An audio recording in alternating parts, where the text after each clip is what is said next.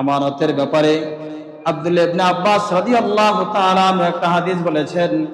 আন আব্দুল্লাহ ইবনে আব্বাস রাদিয়াল্লাহু তাআলা আনহু আখবারাহু قال আখবারানি আবু সুফিয়ান রাইসুল মুফাসসিরিন হযরতে আব্দুল্লাহ ইবনে আব্বাস রাদিয়াল্লাহু তাআলা আনহু বলেন, আবু সুফিয়ান আমাদেরকে খবর দিচ্ছেন, আন্না হিরাকাল ক্বালা লাহু সাআলতাকা মাযা ইয়া'মুরুকুম।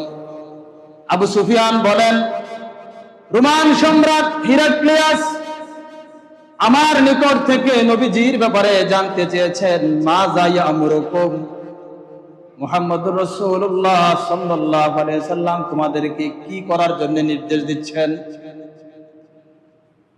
আবু সুফিয়ান বলেন, ফাজআমতা আন্নাহু আমারাকুম বিসসালাত, মুহাম্মদুর রাসূলুল্লাহ আমাদেরকে নির্দেশ দেন নামাজ কায়েম করার জন্য, ওয়াসসিদক সত্যবাদিতার জন্য, ওয়াল আফাফা সচ্চরিত্রতা অর্জন করার জন্য, ওয়াল আফাই বিল আহাদ অঙ্গীকার রক্ষা করার জন্য, ওয়াদাইল আমানা এবং আমানত পূর্ণ করার জন্য।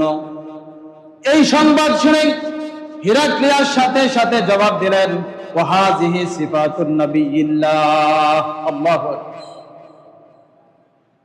রোমান সম্রাট হিরাক্লিয়াস তখন জবাব দিয়ে দিলেন, যেই আদর্শের কথা তুমি শোনালে এই আদর্শ কোন সাধারণ মানুষের নয়, এই আদর্শ এই বৈশিষ্ট্য হলো নবীগণের। আবু সুফিয়ান হিরাক্লিয়াস থেকে জেনেছিলেন মুহাম্মদুর রাসূলুল্লাহ নবী। আল্লাহু আকবার। তাহলে আমানতদারিতা নবীজির একটা গুণ।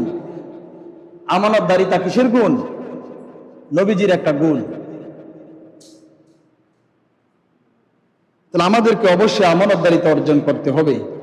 আল্লাহর রাসূলের গুণ যেহেতু আমানতদারিতা, আমাদেরকে আমানত রক্ষা করে চলতে হবে।